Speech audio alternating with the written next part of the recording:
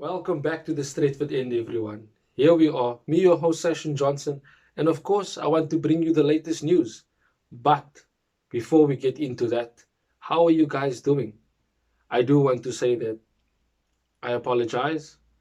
A bit of a, shall I say, Wi Fi problem that we have had over the past day or so.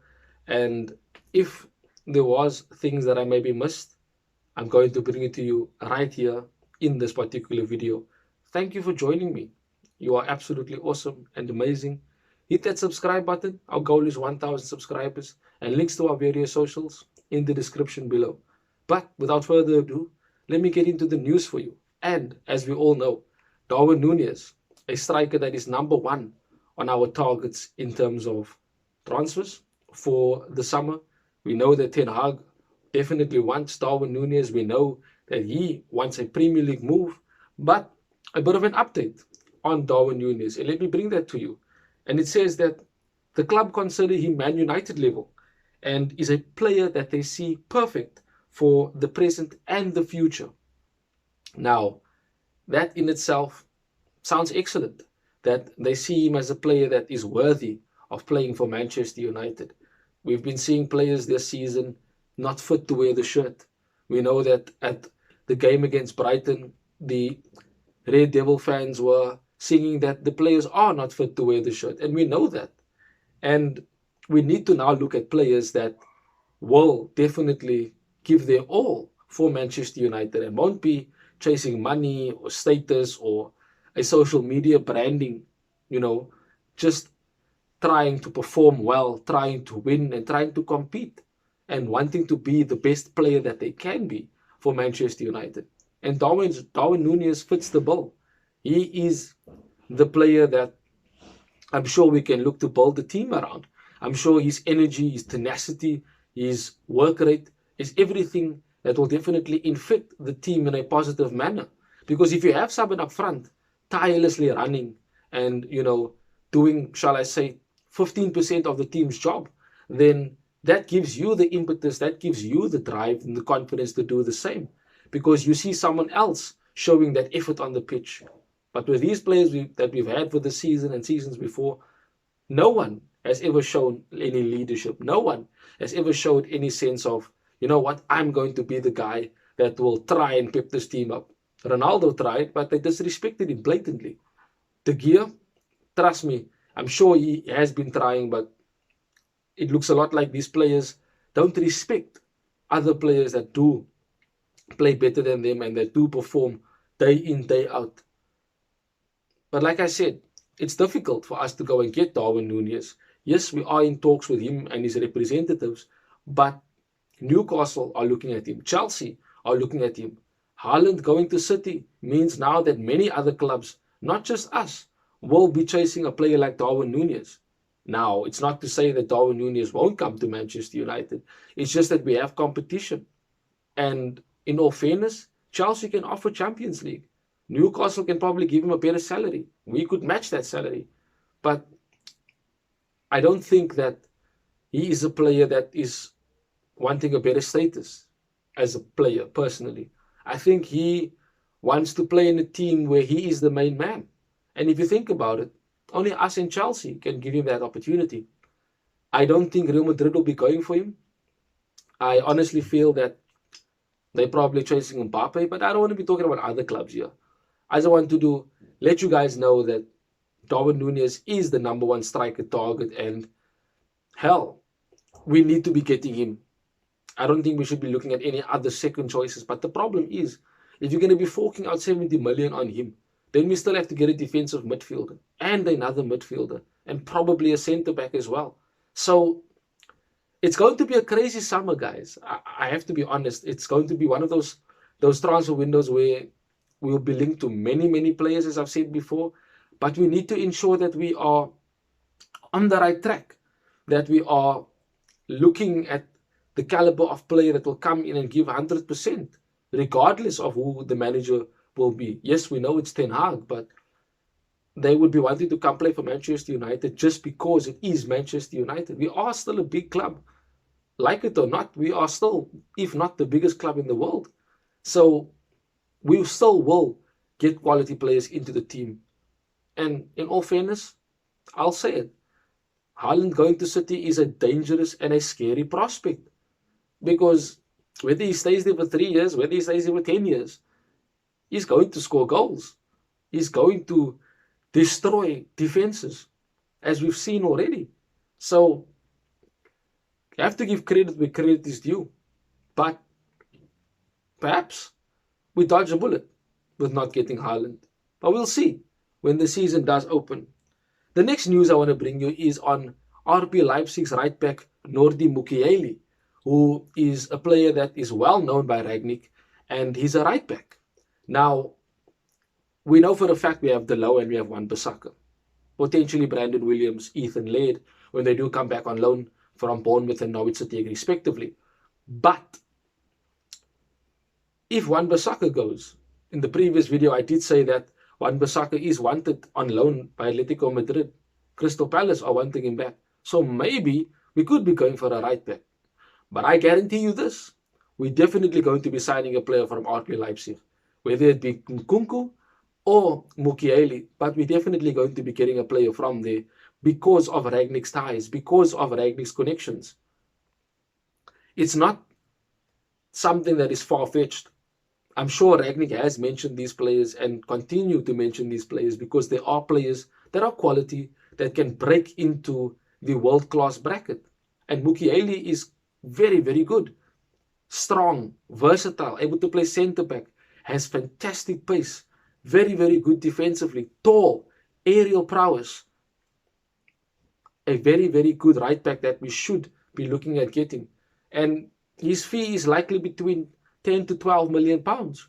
So with us looking to fork out 70 million on Darwin Nunez and getting another centre-back defensive midfielder, if we are going to go for a right back, we should be looking at quality right backs with a cheap price.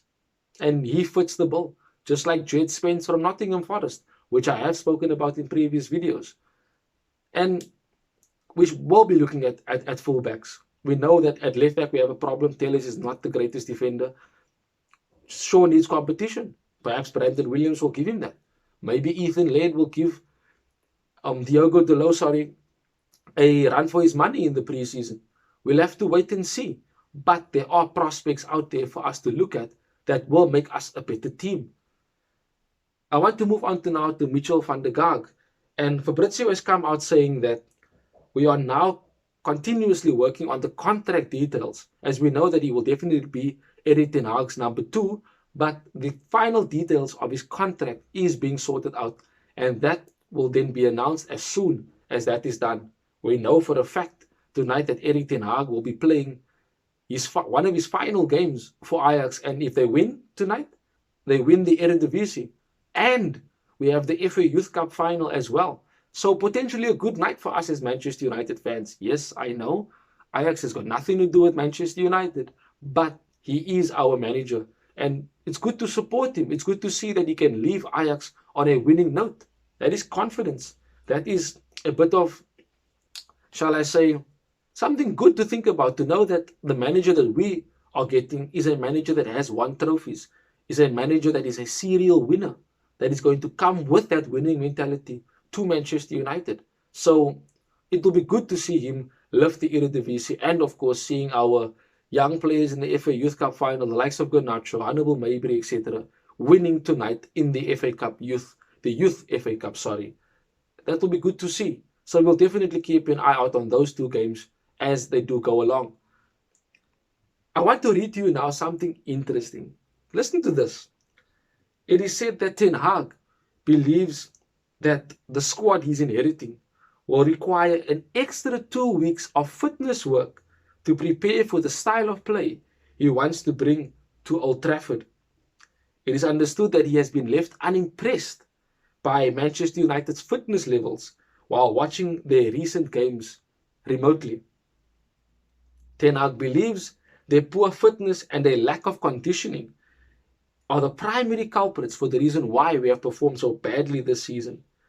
And his Zoom calls is set to start this week. I know previously I spoke about it and he said that we will be doing those calls.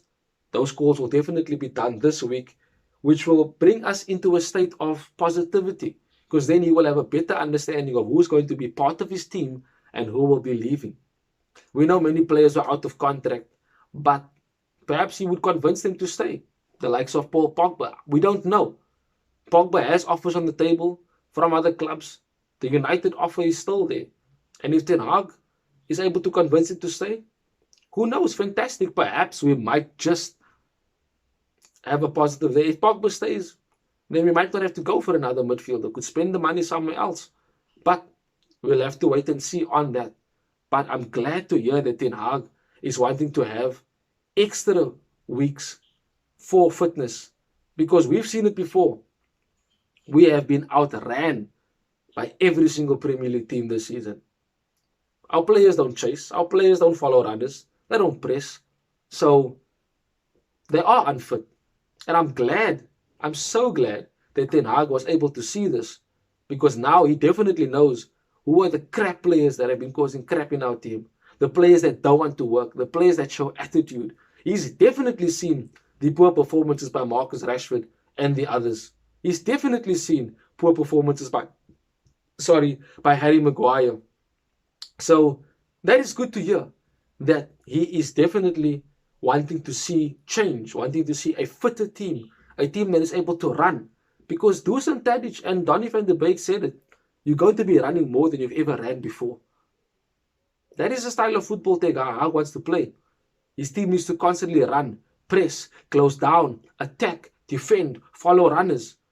It's an intense system to play. But it's exciting for us as Manchester United fans, because we want to see a better team, a team that plays hard, that works hard. We want to see that. I also want to tell you now that the club is targeting a defensive midfielder, at least one forward, a centre-back, and consider an upgrade in the full-back position. So as I've said, Darwin Nunez, yes. A defender, yes. Pau Torres, Koundé, Timber, yes. Midfield, we're looking at the likes of Phillips, Basuma, Neves, Chouamini, etc. And right back, I've spoken about Nordi Mukiele. Lots of players that will definitely make us a better team. And we will have better players under Ten Hag. And lastly, I just want to give you something as well.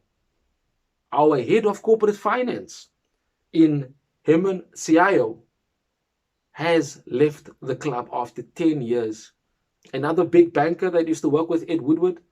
This particular person spoke on the last investors call with Ed Woodward.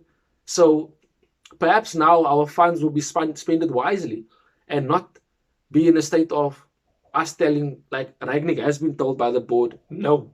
This particular person, Hemen, maybe was the one who told the board and told Ragnick, no, we won't be signing anyone in January. Now that they are walking away, perhaps there'll be a bit more leniency with regards to transfers and money being put out there. Maybe now we'll spend our money correctly on players that are perfect for Ten Hag's system. So lots of changes will be happening in this transfer window. Lots of things will be changing in terms of the structure at Manchester United. And we are ready for it. We need these changes. We have to evolve as a football club and start moving forwards and not stagnating. Because City is moving forward. Liverpool's moving forward. From Chelsea downwards in the Premier League, everybody is on a rebuilding process right now. Everybody is looking at City and Liverpool as the top dogs, as the benchmark. We need to get to that benchmark. And I believe that we will with Ten Hag, as long as he gets the backing and gets the players that he wants. Thank you guys for joining me. Subscribe to the channel. I love your support and I'm really, truly thankful and appreciative of it. Thank you guys for joining me in today's video. We'll have to see what happens as time goes on, but I'll bring you the news here first on the Stretford End. That is it, me, Session Johnson from the Stretford End. Goodbye, Red Devils. Till we speak again.